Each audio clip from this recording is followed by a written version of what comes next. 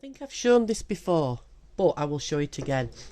This is the Dime Embroiderer's Compass. It's absolutely brilliant, especially for beginners and people that know what they're doing as well, actually. So, for instance, let's go on to something back here. So it's two-sided, as you can see. Only thing about it is, it's American words, so obviously silk chamois, whatever that is, Google it and you get English equivalent. So terry cloth, for instance, so you put your little windy bit round to it there. Now it tells you, look, you can see it here, it says 1 layer of medium firm tear away, tear and wash or adhesive sew and wash as backing, water soluble topping on top. So that's your stabiliser.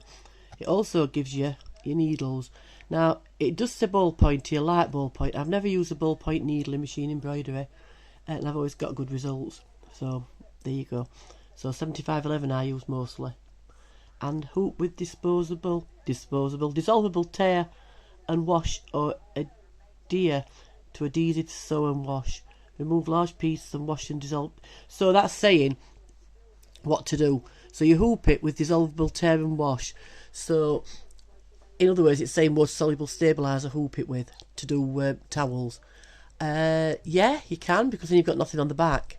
And remove as much as you can, so cut as much as you can off. I never wash my towels before I do them, before I give them away. I just put a little note in saying there could be some residue of stabiliser on top, and when you do the first wash, it'll disappear.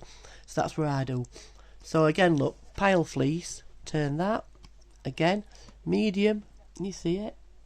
Medium or heavyweight, soft tear away and no show mesh. So it's telling you again, whichever needle it is. And again, soft. It just gives you comments on what to do. Faux fur, sweatshirts, caps, denim. So it takes all the guesswork out of what's stabiliser. And I would say a good percentage of problems with machine embroidery is down to being incorrectly stabilised. I mean, people say, you know, change your tension, do this, do that. Do not touch your tension. That is the very, very last resort.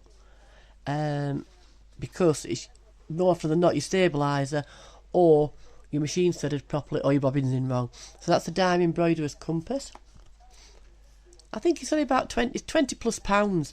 It seems expensive for what it is, but it's a font of knowledge. So to me, you're saving money by getting one of those. So that's great. Now, this is the Dime Hooping Mat. I love this. It's silicone, so obviously you don't want to be cutting with it or cutting on it. So on my dime hoop, I don't put the rulers on. I mean, you can do, but I don't. I always just mark my cross bits here. So what I do then is place that on top.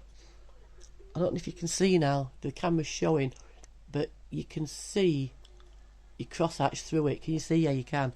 So you can see there the cross. So I know now, if I'm going to hoop something, say a towel for instance, I'm going to fold my towel like that. I always line my towels up with that bit there, right?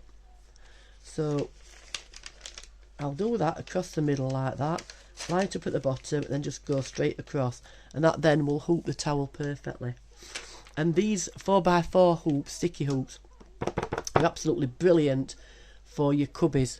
I mean, we had a machine embroidery retreat this weekend in Sheffield, and we were hooping them like Billy-O.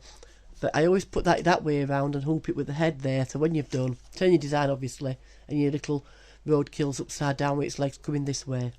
So the sticky hoops are brilliant for that.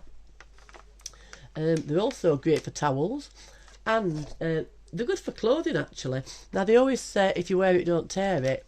Fine, if you've got a light design you'll get away with sticky stabiliser. Failing that, put a layer of cutaway underneath. So you stabilise it, put your thing on there, and once you put it onto your machine, put a layer of cutaway underneath, and that gives it extra stabilisation. So the Dime sticky hoops are brill. That is just the bottom part. It's got no thing here.